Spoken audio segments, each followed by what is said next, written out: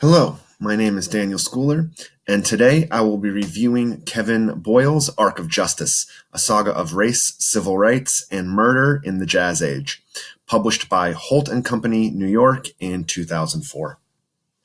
What Boyle has done with Arc of Justice is really deliver to the reader the history of changing race relations in the United States during the Jazz Age, really through the lens of the city of Detroit, and more specifically through the Sweet Trials, a series of events revolving around the death of a white male who was present during the intimidation of the Sweets as they moved into their new home in an otherwise entirely white neighborhood in Detroit in 1925. Boyle opens the book in the middle of the story, with the Sweets defending their home from an angry mob of Klan-inspired residents of Detroit's Garland Avenue. And by the end of the first chapter, a rifle has been fired and a man is dead. The reader is then given the history that would lead to the birth of Ossian Sweet, mixed in with this narrative of the rise of the African Methodist Episcopal Church, otherwise known as the AME. And more importantly, the complexity of Black migration out of the South at the turn of the century. So while most freedmen sought work in factories and mills in the industrialized North, Ossian Sweet's parents had grander ambitions for their eldest son. Ossian would attend Wilberforce University in Xenia, Ohio, an old hotel purchased by the AME and transformed into the first college owned and operated by free Blacks. However, it was here that Ossian really experienced the realities of life in the North. It was not this safe haven that he was expecting. According to Boyle, at this point, many Northern whites had come to really agree with Southerners regarding the inferiority of Black people. And the story from there follows Ossian to Wilberforce and then to employment in Detroit, all while demonstrating to the reader that freedom for Black people did not equate to equality, even in the more progressive North. The outbreak of World War I then leads to some positive and negatives for Ossian. While there is a decrease in applications to schools due to the draft, this allowed Ossian to attend Howard University and go to medical school. On the other end, racial tensions in the United States were becoming more frenzied.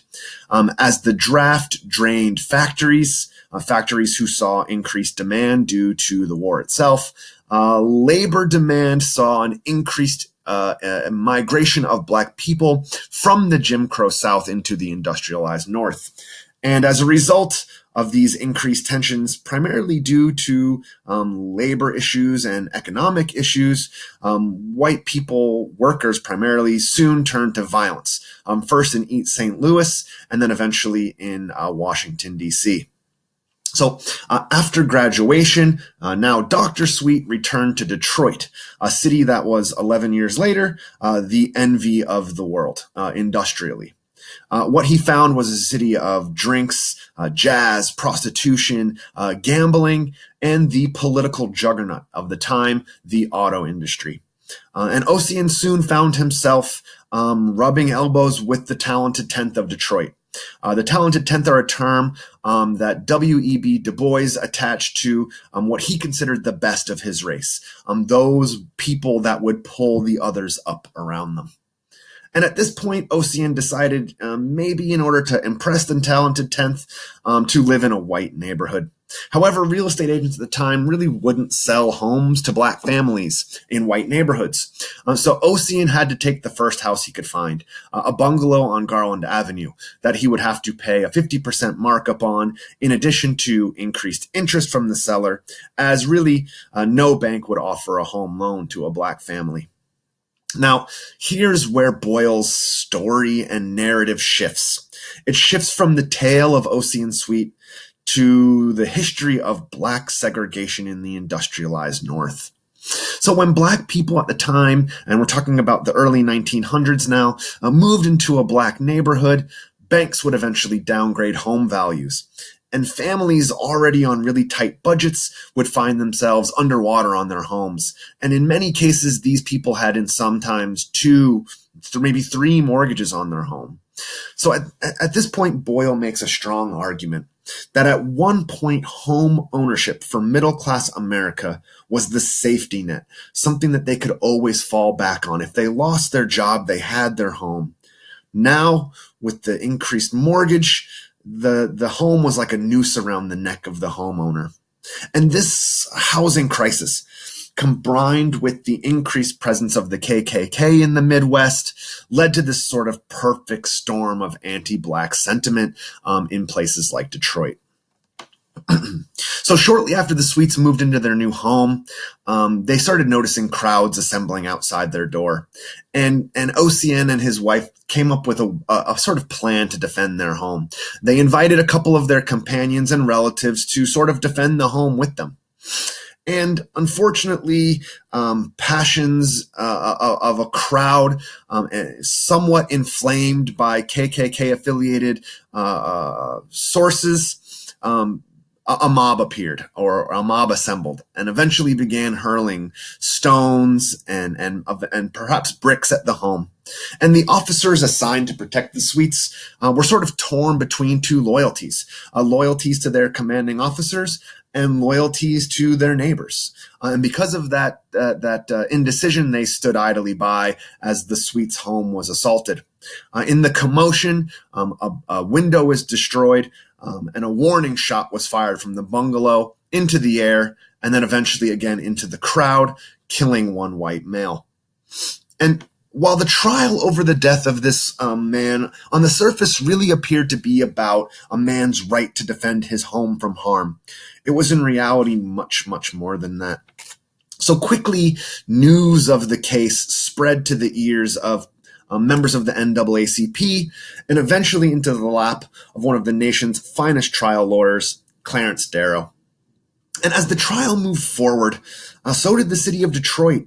Detroit soon found itself in a political mess, ripe with KKK-influenced candidates. And what they felt they were witnessing was the ascendancy of the Klan in Detroit. And at this point, as the trial begins to move forward, all parties now know. The talented 10th know, OCN Sweet, the NAACP, Mr. Darrow. They know that they are fighting segregation itself. They are fighting to keep alive the dream of Black people seeking refuge from the oppressive South. This is a time where the South isn't the only part of the nation that is segregated. Cities like Detroit, or like Philadelphia and Gary, Indiana, are beginning to open segregated schools. New York City, through the power of the marketplace, had created Harlem, a community of Black people in northern Manhattan.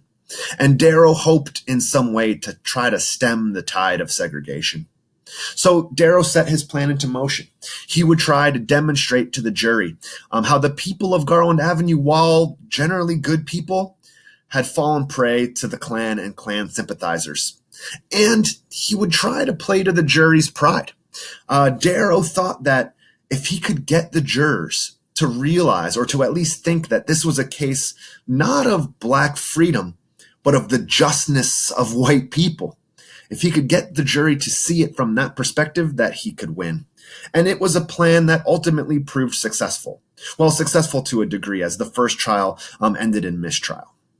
So at this point, Boyle throws in a piece of Darrow's argument that to me stands out as significant, and that is the treatment of the people of Garland Avenue. So while Darrow does carefully play to the jury with sympathy towards the people of Garland Avenue, he also, in his sort of sly, shrewd manner, demonstrates his belief that the reason that the white residents of Garland Avenue didn't want the Sweets moving in is more than just an issue of economics. It is that they're afraid.